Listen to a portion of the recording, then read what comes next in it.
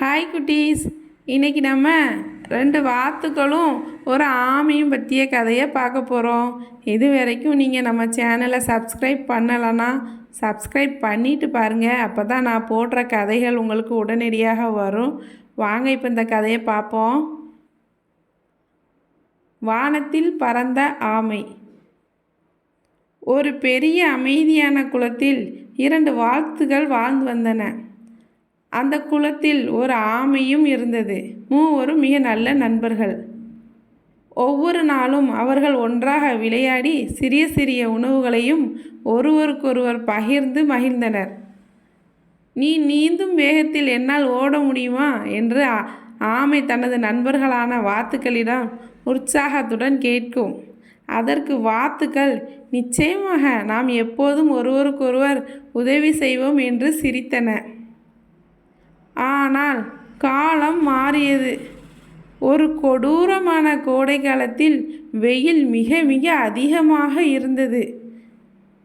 நீர் வற்றி குளம் மெதுவாக உலரத் தொடங்கியது. ஒரு வாத்து கவலையுடன், நீரின்றி நாமெல்லாம் உயிர் வாழ முடியாது என்று கூறியது. ஆமையோ, நான் பறக்க முடியாதே, நான் என்ன செய்வேன் என்று பயத்துடன் கேட்டது. நண்பனுக்காக வாத்துகள் யோசித்தன. பிறகு ஒரு வாத்து நம்பிக்கையுடன், நாம் நீர் நிறைந்த மற்றொரு குளத்திற்கு பறந்து செல்லலாம், நீ எங்களை நடுவில் பிடித்து கொண்டு வர வேண்டும் என்று கூற, ஆமையோ கண்களில் மகிழ்ச்சியுடன் அந்த திட்டத்தை ஒப்புக்கொண்டது. மூவரும் ஒரு திட்டத்தை உருவாக்கினர். வாத்துகள் ஒரு குச்சியை பறக்க வைத்து கொள்ள, ஆமை அந்த குச்சியை தன் வாய் கொண்டு நடுவில் பலமாக பிடிக்கும். ஆமை நண்பா, எப்போதும் அமைதியாக இரு, என்ன நடந்தாலும் ஒரு வார்த்தை கூட பேசாதே என்று வாத்துகள் ஆமையுடன் பலமாக எச்சரித்தன. ஆமை சம்மதித்தது. இப்போது அது ஒரு நட்சத்திரத்தைப் போல அமைதியாக இருக்க பழகிக்கொள்ள வேண்டியிருந்தது. மூவரும் பயணத்தை தொடங்கினர். வாத்துக்கள் வானில் இறக்கைகளை அடித்து பலமாக பறந்தன. ஆமையோ வாய் கொண்டு குச்சியை பிடித்து கொண்டு நடுவில் தொங்கியது. கீழே இருந்த மக்கள் ஆச்சரியத்துடன், அடடா, ஆமை பறக்கிறதே என்று வியந்து பார்த்தனர். இதை கேட்ட வாத்துக்கள் தங்கள் நண்பனுக்காக மிகவும் கவலையடைந்தன. ஆனால் ஆமை அந்த விஷயத்தை கேட்டு கோபமடைந்தது. அதன் மனதில் இருந்ததை சொல்ல, நீங்கள் என்ன செய்தீர்கள் என்று கேட்க வாயை திறந்தது.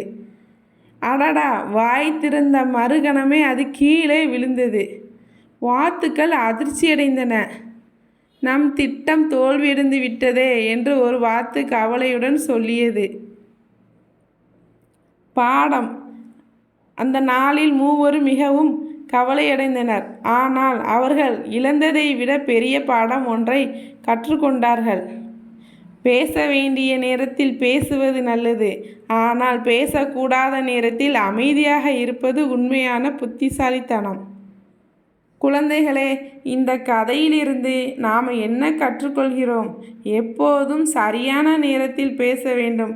சில நேரங்களில் அமைதியாக இருப்பதே பெரிய அறிவு. இந்த கதை உங்களுக்கு பிடித்திருந்தா லைக் பண்ணுங்கள், ஷேர் பண்ணுங்கள், மறக்காமல் சப்ஸ்கிரைப் பண்ணுங்கள்.